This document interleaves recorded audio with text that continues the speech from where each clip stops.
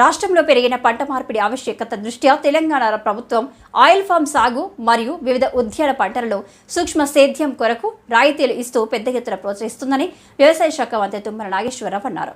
భద్రాద్రి కొత్తగూడెం జిల్లా Aswaraopeta, Apparaopeta palm oil ఫ్యాక్టరీలలో 90 టన్నుల సామర్థ్యంతో నిర్మిస్తున్న కర్మాగారాన్ని 40 కోట్లతో నిర్మించిన డిమక్ ఫౌండర్ ప్లాంట్ను, పవర్ ప్లాంట్, బాయిలర్ నిర్మాణ పనులను తెలంగాణ ఆయిల్ ప్యాడ్ నూతన ఎండీ యాసిన్ పాషా ఎమ్మెల్యే జారే ఆదినారాయణతో కలిసి సందర్శించారు.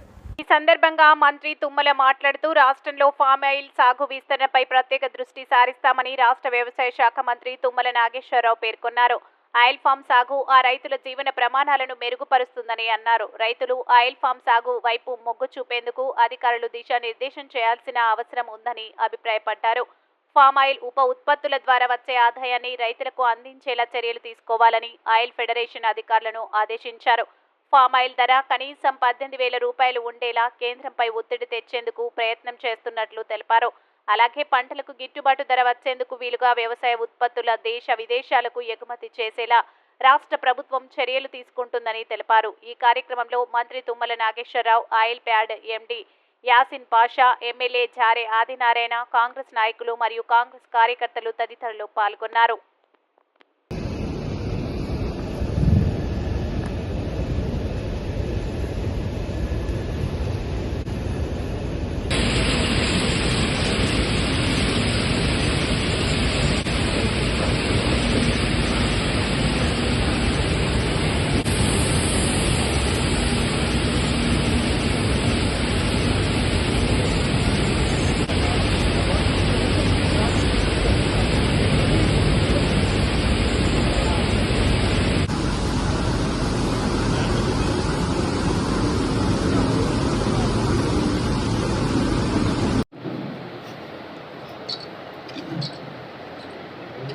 కొత్త ఎంపీగా డైరెక్టర్ హార్టికల్చర్ భాషా గారు మొన్ననే జాయిన్ అయ్యారు. మొదటిసారి హార్టికల్చర్లో అత్యంత ప్రధానమైనటువంటి పంట ఈరోజు దేశానికే కాదు ప్రపంచంలో కూడా రైతులు నిలబెట్టగలిగేటటువంటి స్థిరంగా ఆయనకి ఆదాయం వచ్చేటటువంటి ఏకైక పంట ఆయిల్ ఫామ్ అని. దానికి ముఖ్యంగా కారణం ఏంటంటే మొత్తం భారతదేశంలో మనకు కావాల్సినటువంటి క్రూడ్ ఆయిల్లో కేవలం 23,000 కూడా రైతులు పండించారు.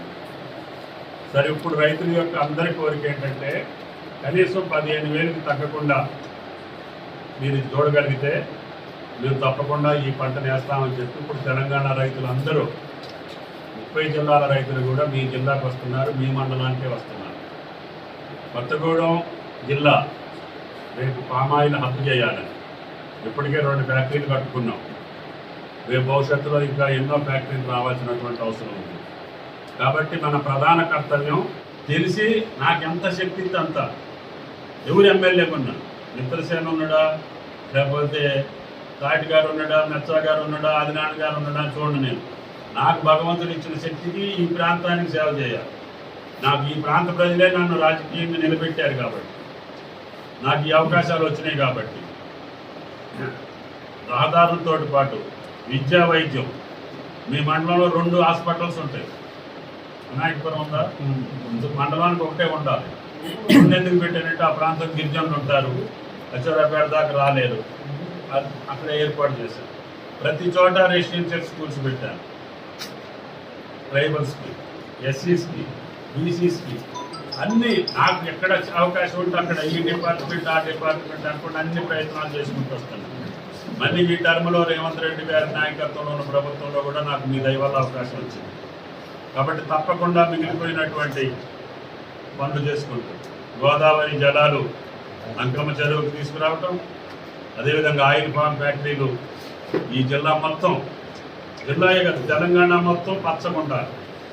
ఎప్పుడన్నా మీరు ఎవరన్నా హెలికాప్టర్లో పోతే మన రాష్ట్రమే పచ్చగా కనపడాలి, విమానంలో పోయేవాడికి కూడా మన రాష్ట్రమే పచ్చగా కనపడాలి. దురదృష్టవశాత్తు అడవులు అంతరించిపోతాయి. ఎమ్మెల్యేగా నేను కూడా చాలా అదృష్టంగా భావిస్తా ఉన్నాను. ఎందుకంటే గతంలో కూడా ఆరోగ్య శాఖ మంత్రులుగా ఈ ప్రాంత అభివృద్ధికి ఎక్కడ చూసినా మారుమూల ప్రాంతాలకు రోడ్డు వేసేటువంటి ఒక సదవకాశం రావడం, అందులో భాగంగా ఈ ప్రాంతాన్ని ఏసియన్లో టాప్ 10గా ఈ ప్రాంతాన్ని అగ్రికల్చర్ ఇన్స్టిట్యూట్గా మార్చాలనే ఆలోచన కలిగి ఉన్నప్పటికీ కూడా ఈ ప్రాంతాన్ని హార్టికల్చరల్ ఇన్స్టిట్యూట్ ఆఫ్ డెవలప్మెంట్గా ఒక యాక్టివ్ రోల్ మోడల్గా తీసుకున్న ఆలోచన కూడా ఈరోజు తీసుకోవడం, అదేవిధంగా వ్యవసాయ శాఖ మంత్రి వెళ్ళగా వారు కూడా మరి పదవి బాధ్యతలు చేపట్టే తదనంతరం కూడా ఈ ప్రాంతాన్ని నేను అగ్రికల్చర్ ఇన్స్టిట్యూట్ హార్టికల్చర్ హబ్గా మార్చడంలో ఒక దృఢమైన సంకల్పాన్ని ఏర్పాటు చేసుకొని మరి ఈరోజు కూడా ఏదైతే ఒక ఆశయంతో ఆలోచనతో గోలుతో నా ఫ్యామిలీ మెంబర్స్ నాకు ఇచ్చినటువంటి హోదాన్ని నేను ప్రజలకి సేవ చేయాలని ఆలోచనని షేర్ చేసుకునే సందర్భంగా ఈరోజు మేడం గారు మన ప్రాంతానికి రావడం, వారి ఆలోచన కూడా మీరు ఎక్కడొక రాష్ట్రం కాదు మేడం, నా నియోజకవర్గాన్ని మొట్టమొదటిగా ఒక తొలిమెట్టుగా భావించి, ఎందుకంటే ఇక్కడే అగ్రికల్చర్గా మా మంత్రి గారు ఉన్నారు, దాంతోపాటుగా ఏరికోరి మీ వల్లే ఈ రాష్ట్రంలో కూడా హార్టికల్చర్ అభివృద్ధి సాధిస్తున్న ఆతాపంతో వారు కూడా మిమ్మల్ని సెలెక్ట్ చేయడం జరిగింది. ఆ గుణంగా మా కాన్స్టిట్యూన్సీకి మొదటి అవకాశం ఇవ్వండి.